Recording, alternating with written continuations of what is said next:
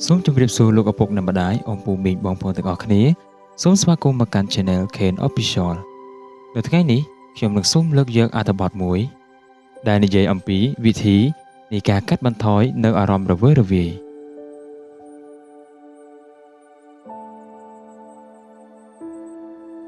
ដើម្បីកាត់បន្ថយនៃអារម្មណ៍រវើរវាយយើងអាចអនុវត្តតាមវិធីខាងក្រោមនេះបានដែលខ្ញុំនឹងជម្រាបទៅដល់បងប្អូនទាំងអស់គ្នា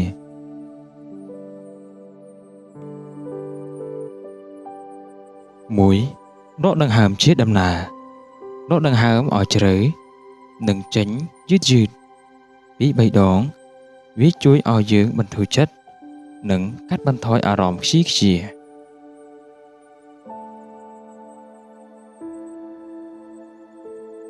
2. គិតវិជ្ជមានយើងត្រូវធ្វើឲ្យខ្លួនឯងកាន់តែមានទំនុកចិត្តដោយនឹកឃើញអ្វីៗដែលយើងធ្វើបានសម្រេចនិងជោគជ័យហើយយើងមិនត្រូវយកចិត្តទុកដាក់ទៅលើអ្វីដែលបរាជ័យនិងគ្មានផលប្រយោជន៍ឡើយ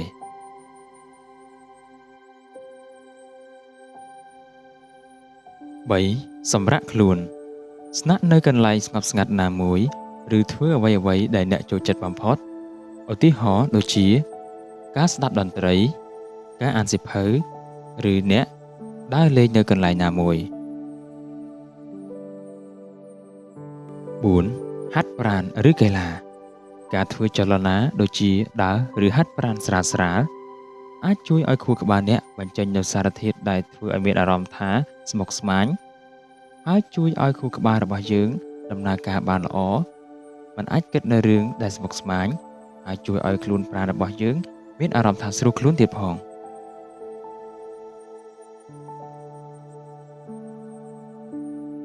5. និយាយជាមួយអ្នកដែលយើងទុកចិត្តបំផុតឬមិត្តភ័ក្តិដែលជិតស្និទ្ធ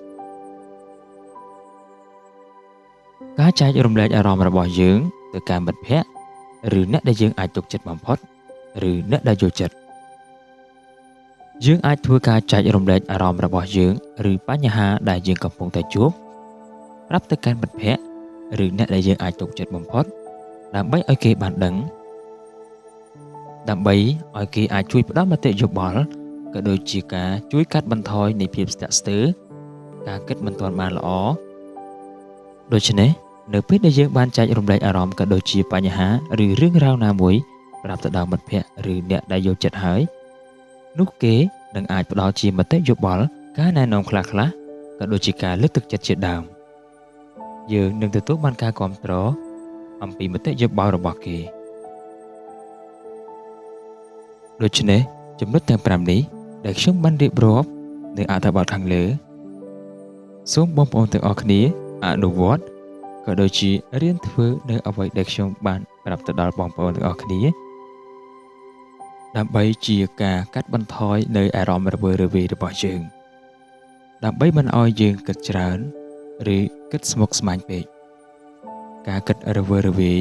ច្រើនធ្វើឲ្យប៉ះពាល់ដល់អារម្មណ៍យើងធ្វើឲ្យខ្លួនយើងមានសម្ពាធខ្លាំងមែនទែនជាពិសេសគឺប៉ះពាល់ដល់ខួរក្បាលឬការគិតរបស់យើងពេលខ្លះការគិតរបស់យើងរវើរវាយច្រើនពេកធ្វើឲ្យភ្លេចភ្លាំងការចងចាំក៏ចុះខ្សោយស្មារតីមិននឹងណដូច្នេះហើយសូមបងប្អូនអនុវត្តតាមវិធីខាងលើដែលខ្ញុំបានជម្រាបទៅដល់បងប្អូនទាំងអស់គ្នានៅពេលដែលយើងធ្វើបែបនេះធ្វើឲ្យខ្លួនយើងមានអារម្មណ៍ថាសប្បាយចិត្តការគិតរបស់យើងក៏បានល្អហើយមិនឲ្យយើងគិតរឿងរវើរវាយសោកសៅនិងបញ្ហាច្រើននោះទេជីវិតរបស់មនុស្សយើងពិតជាមានតម្លៃខ្លាំងណាស់ហើយដូច្នេះយើងធ្វើអ្វីៗត្រូវចេះស្រឡាញ់ខ្លួនឯងផ្គាប់ចិត្តខ្លួនឯងនិងអ្នកដទៃដើម្បីសុភមង្គលក្នុងសុខភាពផ្លូវកាយផ្លូវចិត្តជាចុងក្រោយនេះអ្វីដែលខ្ញុំចង់ប្រាប់ទៅដល់បងប្អូនទាំងអស់គ្នាគឺការគិតល្អធ្វើល្អនិងទទួលបាននូវផលល្អអត្ថបទទាំងនេះពីខ្ញុំបាទ Ken Official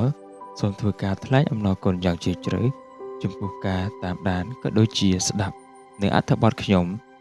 តាំងពីវីដេអូមុនមកដល់វីដេអូនេះសង្ឃឹមថាលោកឪពុកអ្នកម្ដាយអ៊ំពូមីងបងប្អូនទាំងអស់គ្នា នឹងនៅតែគាំទ្រហើយស្ដាប់នៅអត្ថបទរបស់ខ្ញុំជាបន្តទៀតសូមអរគុណ